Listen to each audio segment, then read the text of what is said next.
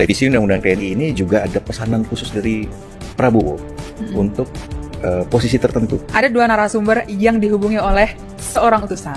Utusan itu datang dari pemerintah. Utusan itu membawa pesan untuk menyisipkan. Nah, kenapa kemudian ini sempat ada kengototan dari pemerintah untuk dibahas di Balik? Biar cepat. Balik itu sekarang kan pabrik undang-undang. Ya, biar cepat, begitu ya. Iya, biar cepat dan biar murah. Ini diakui oleh teman-teman DPR, siapapun yang gue temui di DPR. Komunikasi politik DPR terhadap masyarakat sipil itu kurang. Bukan hanya DPR ya, tapi juga pemerintah. Main apa kita hari ini? Main babi. Ya, hari Kamis kami mendapatkan kiriman paket babi ya. Kepala babi. 20 Maret 2025. Sebenarnya dikirimnya hari Rabu ya. Tapi baru dibuka itu hari Kamis gitu. Untuk yang ngasih babi, saya peringatkan Anda. Kenapa ngirimnya mentah? Saya kecewa. Harusnya matang. Dan kupingnya sudah tidak ada. Itu bagian babi paling enak, Sen. Jadi kalau matang, gue hanya jadi penonton aja ya. Kalian makan begitu ya. Kan begitu juga. Betul. Andai kata itu ada kuping dan dagingnya, wah, masa kita, Pram? Nggak ngajak lu, Sen. Tapi tadi pas gue buka ya, tuh gue berpikir musangking, Pram. Musangking. Jadi fitnya TikTok gue tuh durian-durian. Kalau durian musangking dibungkus, itu pakai styrofoam begitu. Makanya kan, wah jangan durian nih, kita buka aja ya kan. Cica nyangkanya alpukat ya. Mangga juga tuh. Ya, ada yang ngirimin ya. Ada yang ngirimin. Iya, tapi apapun itu tentu saja teror ini yang sudah kesekian kalinya tentu saja menimpa teman-teman ya. Kami kira itu tidak akan membuat kami berhenti dan kami akan terus hadir untuk pemirsa juga pembaca Tempo. Dan Tempo juga berterima kasih ya Pramsen kepada teman-teman yang terus mengalirkan dukungannya nih. Jadi banyak banget yang kemudian ngontak via WhatsApp dan media sosial ya untuk semangat ya Cica dan teman-teman di Bocor Alus gitu. Jokowi kasih ucapan juga nggak? Belum ada sih. Apa gue telepon ya? Coba. Tapi kan kita sudah sering mengucapkan terima kasih kepada Pak Jokowi. Oh iya. Terima kasih atas apa? Kerusakan demokrasi atau apa? Terima kasih atas karena adanya Pak Jokowi, masyarakat sipil jadi bersatu lagi. Ya, oke. Oke, kita akan main hari ini soal revisi Undang-Undang TNI ya. Betul. Yang ramai sekali dibahas gitu ya. Dan gue tahu nih Cica, Hussein, juga Egy maupun Erwan sudah punya banyak sekali bahan untuk dibocorin. Silahkan. Ya, gue dulu nih. Nah, gue pengen nanya dulu nih. Apa? Siapa sebenarnya di balik revisi Undang-Undang TNI ini? Depannya P, belakangnya O. Pramono. Prabowo Subianto. Oke. Gimana ceritanya sih? Jadi begini. Sebetulnya pembahasan revisi Undang-Undang TNI ini sudah mulai digodok Prabowo ketika dia masih menjadi Menhan, Menteri Pertahanan. Nah, pasca dia menang sebagai presiden terpilih di Februari, itu ada pembahasan di internalnya Kemenhan. Jadi ini bisa nggak nih diselesaikan di akhir masa jabatannya dia sebagai Menteri Pertahanan begitu. Nah, ini cerita Bambang Eko ya. Bambang Eko ketika itu sebagai staf khusus atau asisten khususnya Prabowo di Menteri Pertahanan. Sekarang Bambang Eko itu adalah wakil Menteri Sekretaris Negara. Nah, intinya adalah dibilang periode itu tidak nutut istilahnya atau tidak memungkinkan. Ya. Dan juga ketika itu masih masa transisi. Nah, Prabowo lalu bilang ya sudah kita bahas di bulan-bulan pertama kita berada di istana. Istanaku. Jangan dilempar lagi ya. Dikirim. Oke. Kenapa Prabowo ingin merevisi ini sih? Karena Prabowo ini melihat undang-undang yang lama, undang-undang TNI lama ini usang, Pram. 34 2004 dan juga 2004. Dan juga banyak turunan-turunannya tidak dilaksanakan oleh pemerintah. Makanya Prabowo berpikir perlu ada pembaharuan di situ. Termasuk ada pasal-pasal soal demokrasi dimasukkan di sana, supremasi sipil juga dimasukkan ke sana. Intinya kalau kata Bambang Eko, TNI juga harus transparan seperti itu dan juga ya supaya tidak menimbulkan gejolak di publik gitu, Pak. Ya, walaupun kita tahu ini kan kemudian ujungnya ternyata juga memperkuat di fungsi ya. Betul, karena ditambah kan yang ada penambahan gitu, dan tentu saja pada negara demokrasi itu seharusnya peran militer itu sudah semakin dijauhkan dari sipil. Betul. Gitu ya. Nah, tapi kemudian pembahasannya seperti apa setelah kemudian Prabowo memerintahkan gitu, siapa yang bergerak dan bergeraknya kemana? Banyak, Pram. Jadi tentunya si Bambang Eko itu ya. Bambang Eko dia sebagai ketua panja pemerintah untuk membahas revisi undang-undang TNI. Lalu ada juga Menteri Pertahanan Safri Samsudin yang menjadi komando revisi undang-undang TNI ini juga. Lalu kalau di DPR ada Sufmi Dasko Ahmad, ketua harian Gerindra dan wakil ketua DPR gitu. Itu sih Pram tiga motornya untuk revisi undang-undang TNI ini. Informasi yang kita dapatkan dulu kan ini sebenarnya mau dibahas di Balik DPR ya, Badan Legislasi DPR. Iya, betul. Terus kemudian ternyata berpindah ke Komisi 1. Nah, kenapa kemudian ini sempat ada kengototan dari pemerintah untuk dibahas di Balik? Biar cepat. Balik itu sekarang kan pabrik undang-undang. Iya, katanya begitu ya. Iya, biar cepat dan biar murah. Gitu. Murah? murah. Emang mahal ya bahas Quote and quote undang-undang? murah. Oh. Kalau mengundang banyak orang kan jadi lebih mahal lagi. lebih mahal dan harus perlu waktu yang lumayan panjang. Nah, sebetulnya Pram sejak tahun lalu itu kan sejak ada DIM ya, sejak ada DIM yang keluar dari pemerintah, ini sudah dibahas atau sudah dibahas di internal Balek, revisi Undang-Undang TNI ini. Nah, DIM yang saat itu beredar di Balek adalah DIM yang dipegang oleh teman-teman masyarakat sipil, yang ada 2 pasal yang bermasalah. Yang pasal 47 misalnya, yang memperluas peran TNI di berbagai kementerian dan lembaga yang tidak terbatas. Oke, dengan itu jumlah lembaga yang bisa dimasuki sama TNI, sama personel TNI ya? Betul, dengan ada pengecualian kebijakan presiden gitu. Lalu ada juga pasal 39 misalnya yang membolehkan TNI berbisnis gitu. Dan sebetulnya senyambang itu ya dengan pembahasan di Balek itu, di internal Balek ya, waktu itu masih di internal. Itu pemerintah waktu itu atau Prabowo ya, Kemhan itu sudah menyiapkan beberapa perwira gitu untuk disekolahkan di Unhan gitu untuk menambah untuk menambah kualitas dan kapabilitas di sektor bisnis gitu. Sudah ada kursus-kursus gitu, Pram. Jadi benar-benar disiapkan. Kata Panglima dulu kan TNI itu multifungsi, bukan duifungsi lagi. Iya. Ketika itu ya. Nanti sekalian aja TNI disuruh jadi wartawan juga ya. Gantiin kita ya. Maksudnya berani kritis nggak pada pemerintah ya nggak? Terus kita yang megang berdiri. Iya. Komcat. Terus habis itu kan draft yang lama. Betul, draft yang lama. Tapi kemudian yang dibahas ini draft baru atau gimana? Ada DIM baru. Jadi memang ada tarik-menarik dulu, Pram. Antara ini mau dibahas di Balek atau di Komisi 1. PDIP itu menolak revisi Undang-Undang TNI dibahas di Balek. Kenapa? Karena ada 2 pasal ini. Jadi Megawati sudah bertitah nih, jangan sampai ada duifungsi gitu. Sudah di ultimatum gitu. Kalau misalnya dibahas di Balek, khawatirnya 2 pasal ini lolos. Begitu saja gitu. Dan biasanya Balek itu kan pembahasannya itu terkonsolidasi gitu kan. Nah, kemudian DIM yang beredar sampai di awal bulan Maret itu masih DIM yang lama itu. Masih DIM yang lama. DIM lama yang dibilang sama kikik itu ya. Kikik bilang apa? Narasi dan tukang hoax ya. Oh ya, masyarakat sipil ini penyebar hoax gitu penyebar narasi negatif dan penyebar hoax. Iya, tapi dihapus tuh belakangan. Kikik itu kepala kantor kepresidenan. Kepalanya kan Hasan Nasbi. Makanya gue sebut kikik, kita ketawain aja orangnya.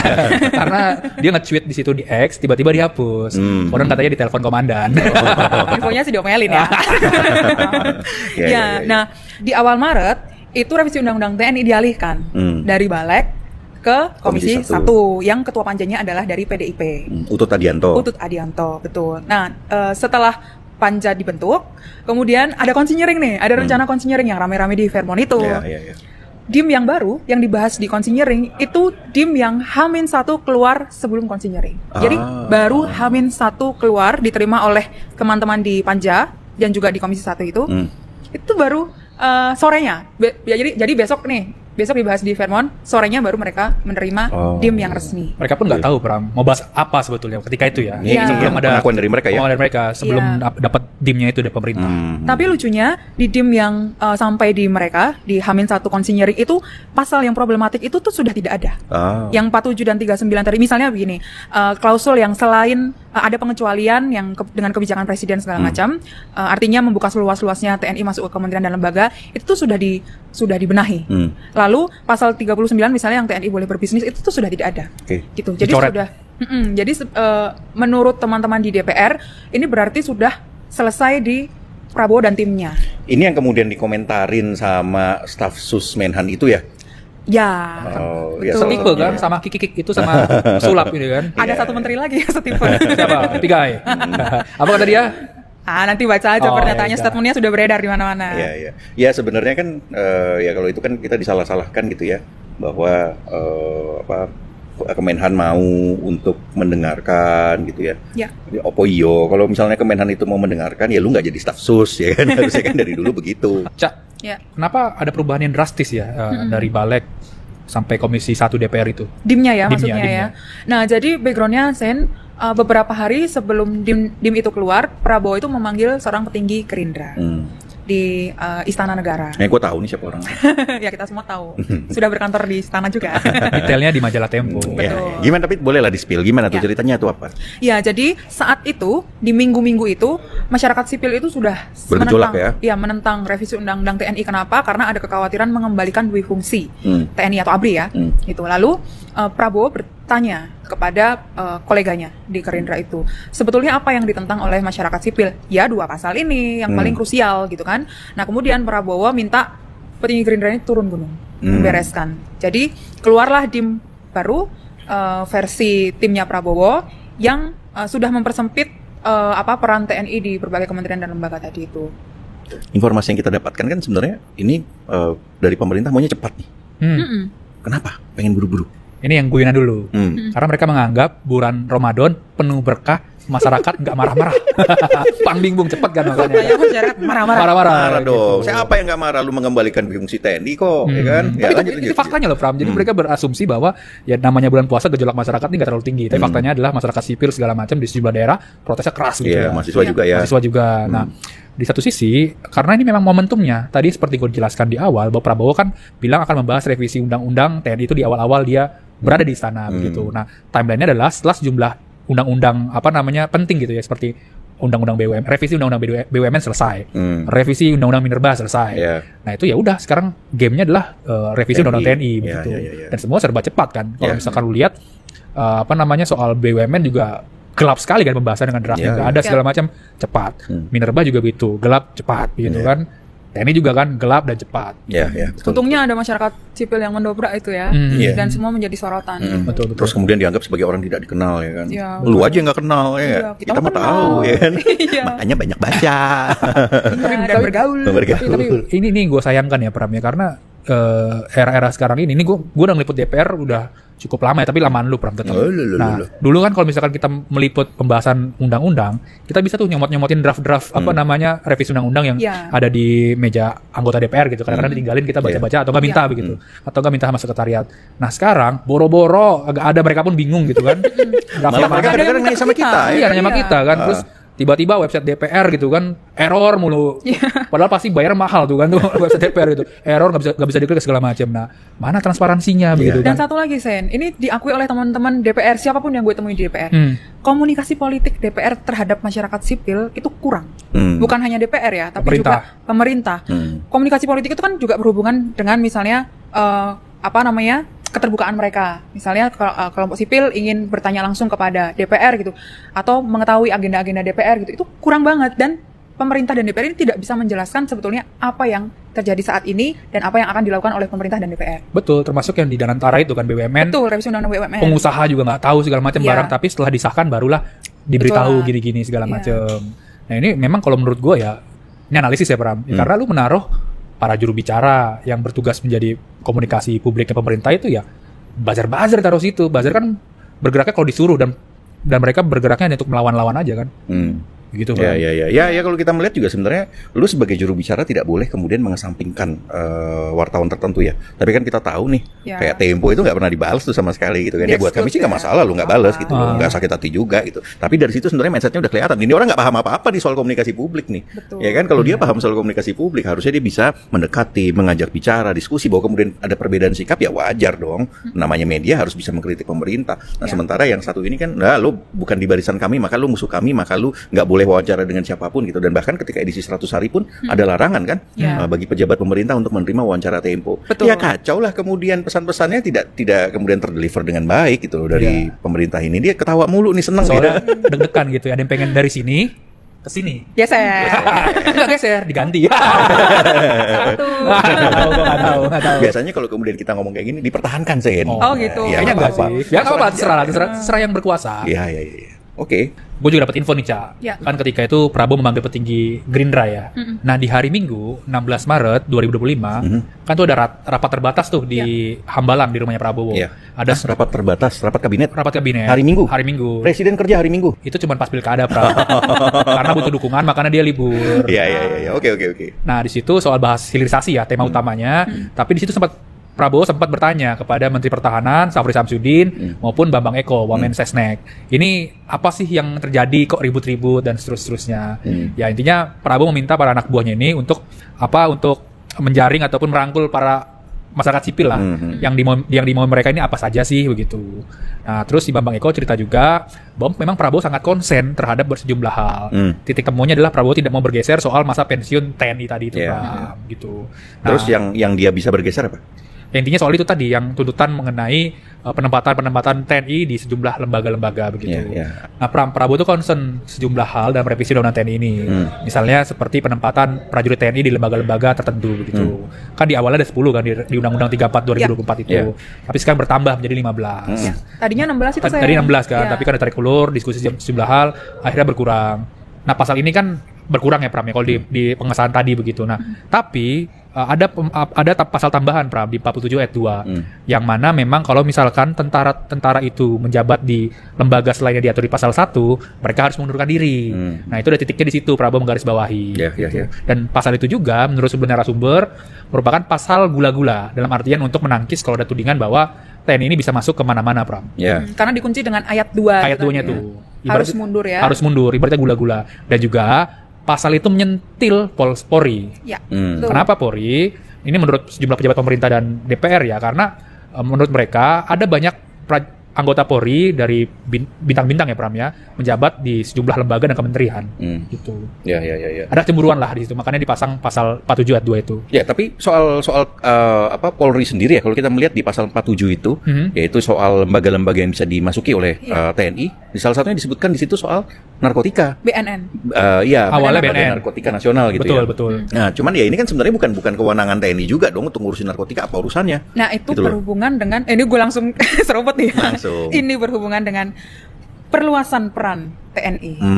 Di pasal 7 itu ada penambahan tugas TNI. Jadi itu untuk yang operasi militer selain perang ya? OMSP, operasi militer selain perang. Jadi awalnya Megawati Soekarno Putri. Oh, bukan ya? Lalu sebenarnya teror paling besar tuh datang dari Pram. Itu yang paling kita distraksi teror. Ayo, bagus. Gimana? Jadi di pasal 7 yang operasi militer selain perang tadi ada perluasan tugas pokok TNI. Untuk pertama nih, awalnya ada TNI itu mengawasi dan menanggulangi narkotika. Gitu, ikut campur tangan. Lalu ada juga yang TNI itu nanti ikut mengawasi soal keamanan siber. Wah, ngeri ya. Cyber. Siber ya. Ya, nah lalu setelah konsinyering sebetulnya pasal 7 itu semua disetujui di konsinyering.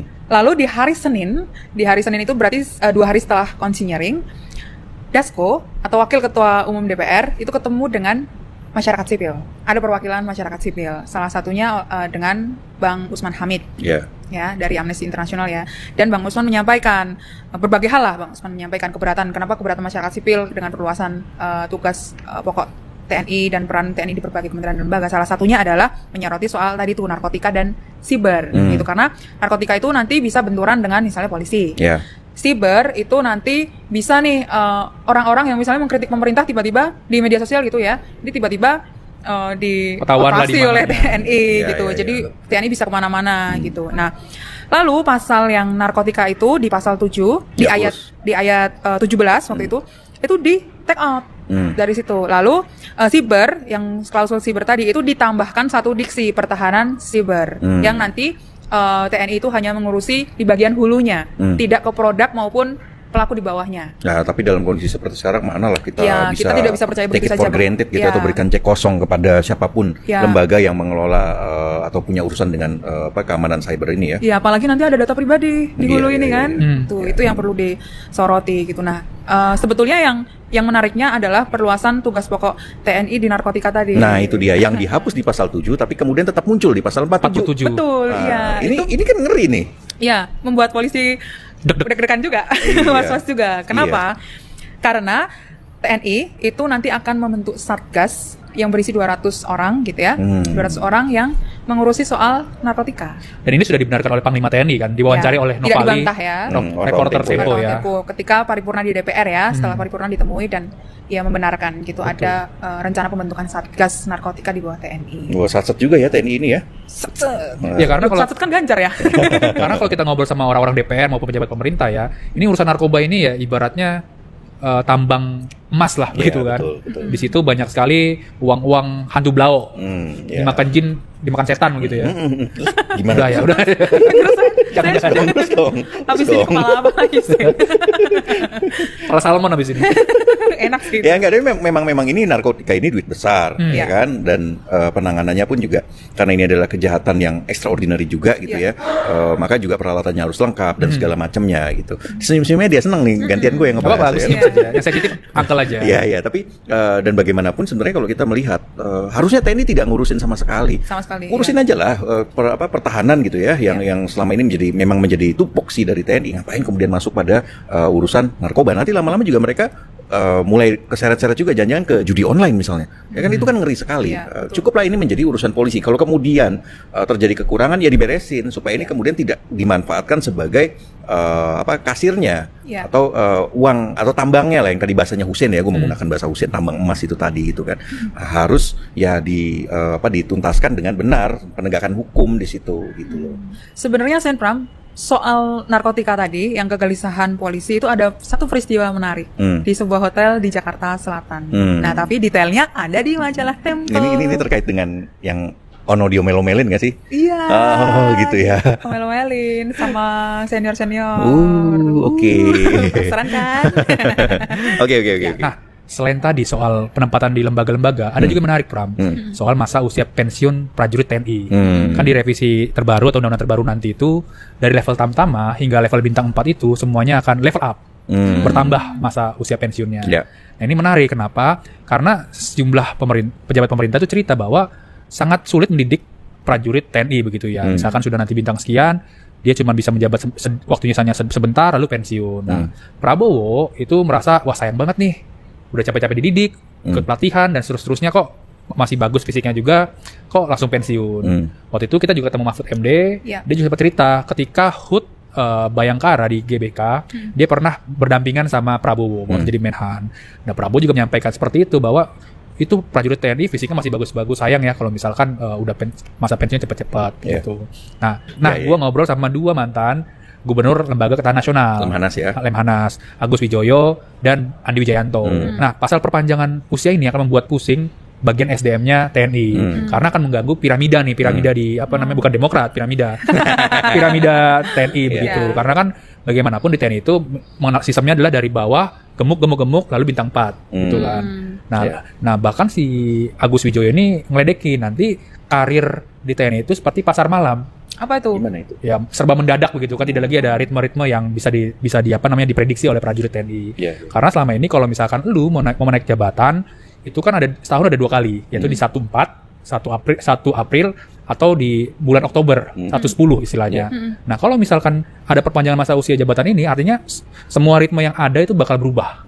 Dan mereka pasti akan pusing tuh bagian SDM-nya. Ya, dan sangat mungkin terjadi ini ya, penumpukan atau kemudian perwira-perwira yang non-job gitu ya. Betul. Yang sudah terjadi sejak lama itu terjadi. Hitungan Andi Wijayanto yang itu ada nanti bisa menambah sekitar 300 perwira menengah yang non-job. Betul. Banyak banget dong. Sekarang ada sekitar 100-an, Pra.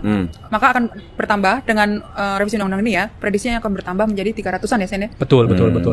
Nah, yang lebih mengkhawatirkan, Bram, kan di pasal yang huruf terakhirnya itu ya, yang bintang 4, itu kan masa pensiunnya akan menjadi di umur 63 tahun. Dan bisa diperpanjang 2 kali.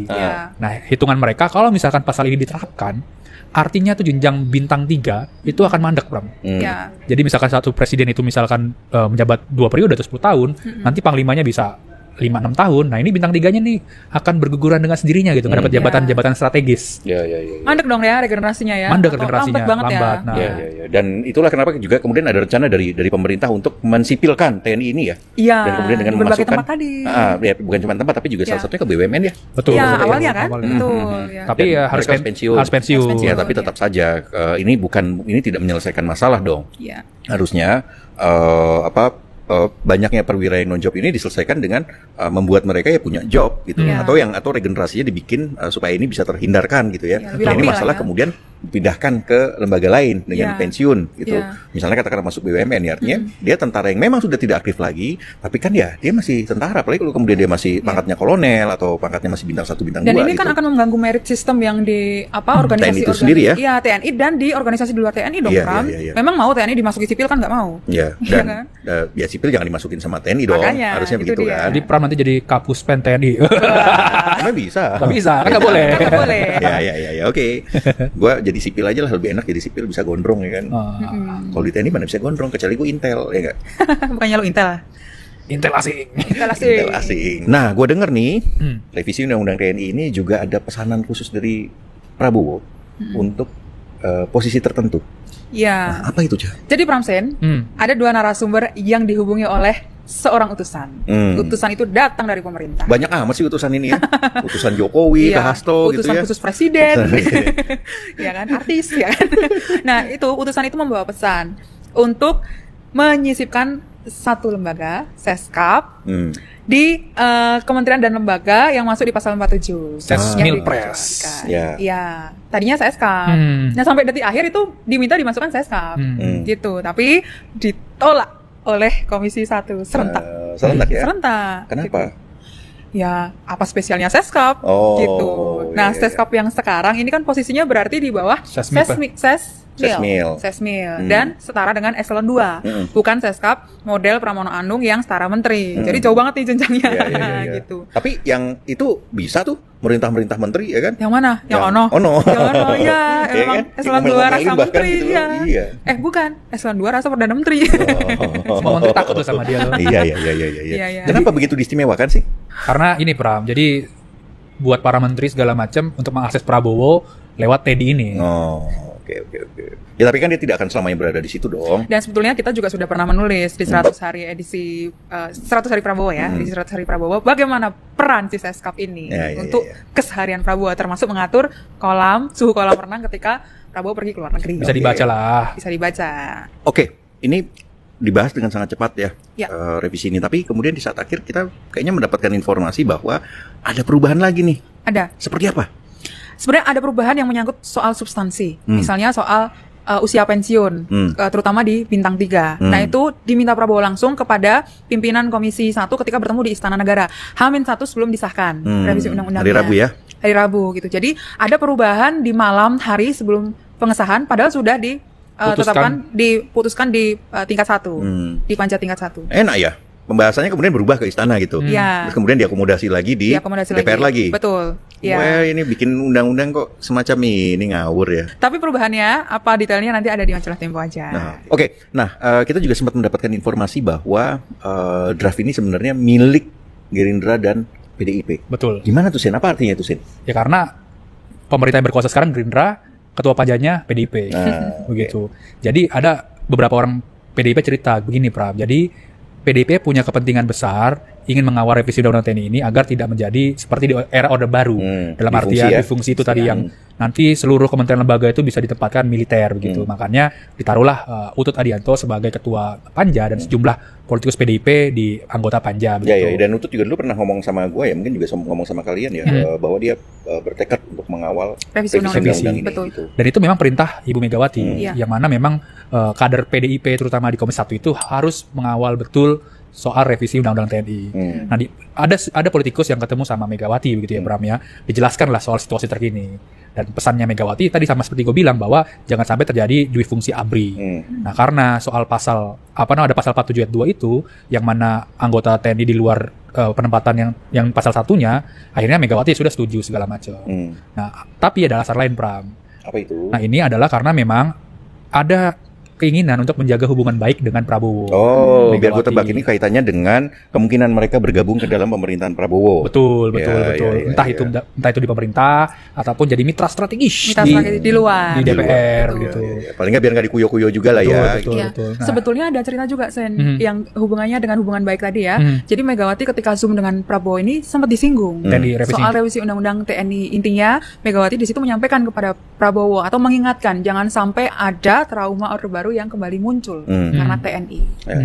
Nah, juga ada orang pejabat perintah yang cerita sama gua, Pram.